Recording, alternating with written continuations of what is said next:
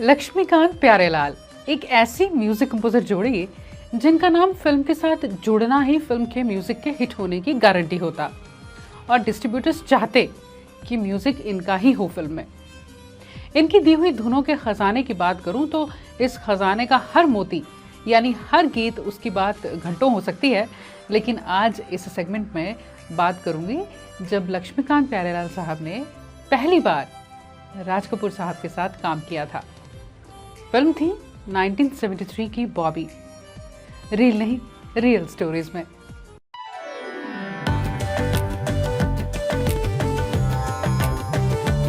हालांकि लक्ष्मीकांत प्यारेलाल अपना नाम इंडस्ट्री में खूब बना चुके थे, लेकिन आरके बैनर के लिए म्यूजिक देना एक माइलस्टोन तो था इनके करियर का।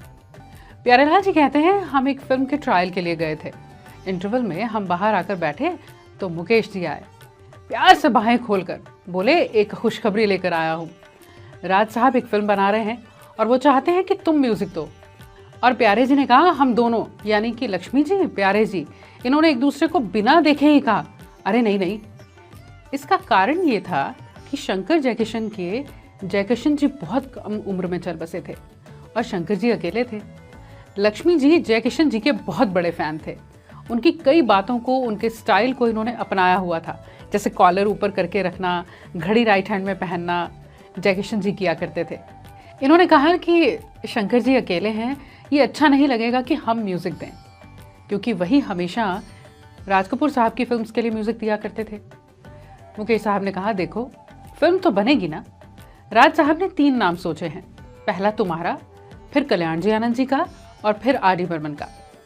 खैर फिर ये मिले राज साहब से और उन्होंने पूरी छूट दी कि आप जैसा म्यूजिक बनाना चाहते हैं बनाएं। और पहला गीत बनाया, मैं शायर तो नहीं। मैं शायर तो नहीं,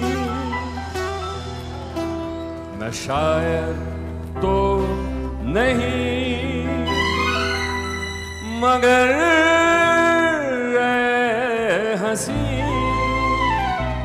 जब से देखा मैंने तुझको, मुझको शायरी आ गई। अब आवाज नई चाहिए थी, जिसे ढूंढने में 2-3 महीने लगे और शैलेंद्र सिंह की आवाज ऋषि कपूर की आवाज बनी।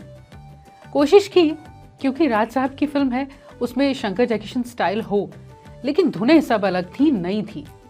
और यही वक्त था, पहली बार इंडस्ट्री में गोल्ड डिस्क आया जो इस फिल्म को मिला और इन्होंने शंकर जी के हाथ से लिया।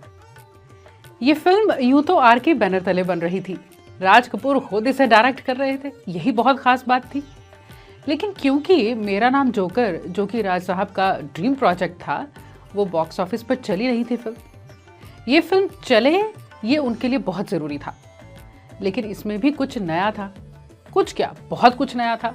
Lead star cast Rishi Kapoor और डिम्पल कपाड़िया नए थे। हालांकि वो दौर रफ़ी साहब, किशोर कुमार, मुकेश साहब का था, लेकिन नए सिंगर शैलेंद्र सिंह ने इसमें गीत गाए और नरेंद्र चंचल ने भी अपना पहला बॉलीवुड गीत इसी फिल्म के लिए गाया था। और हाँ, लता जी की भी रॉयल्टी को लेकर जो अनबन हुई थी राज साहब के साथ, उसके चलते कई साल बाद वो राज साहब की फिल्म के लिए गा रही थी। यहाँ तक कि गीतकार राज कवि इंद्रजीत सिंह तुलसी, जिन्होंने बेशक मंदिर मस्जिद तोड़ो ये गीत लिखा, और श्री विट्ठल भाई पटेल, जिन्होंने ना मांगू सोना चांदी और झूठ बोले कौवा काटे लिखा, उन्हें इसी फिल्म में इंट्रोड्यूस किया गया। बाकी गीत आनंद बख्शी साहब ने लिखे थे। वैसे इसमें मन्ना डे साहब ने भी गाया था।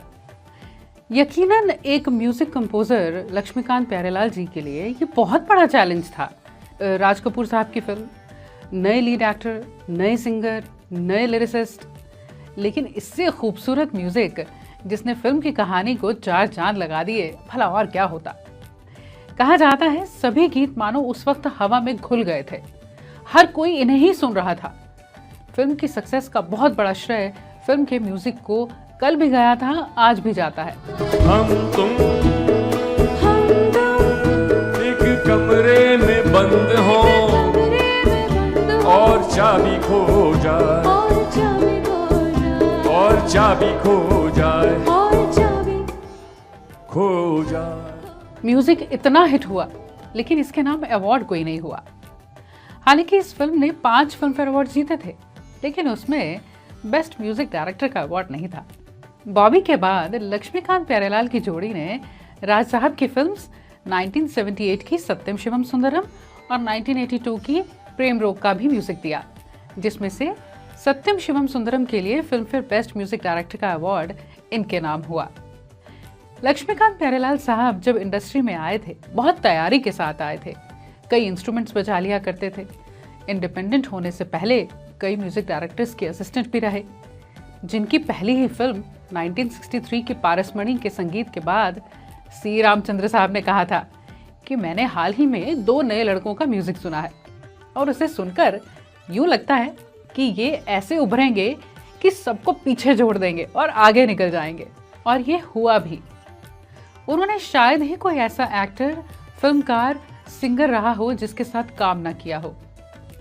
यूं तो इस संगीतकार जोड़ी की बातें कई और हो सकती हैं और होंगी भी, मगर अभी इस किस्से में इतना ही। जाते जाते आपको एक मुश्किल में डाल जाती हूँ। आपका फेवरेट गीत, चलिए आपकी फेवरेट एल्बम जो लक्ष्मीकांत प्यारेलाल साहब ने कंपोज की हो, कौन सी है? कमेंट्स में लिखिएगा।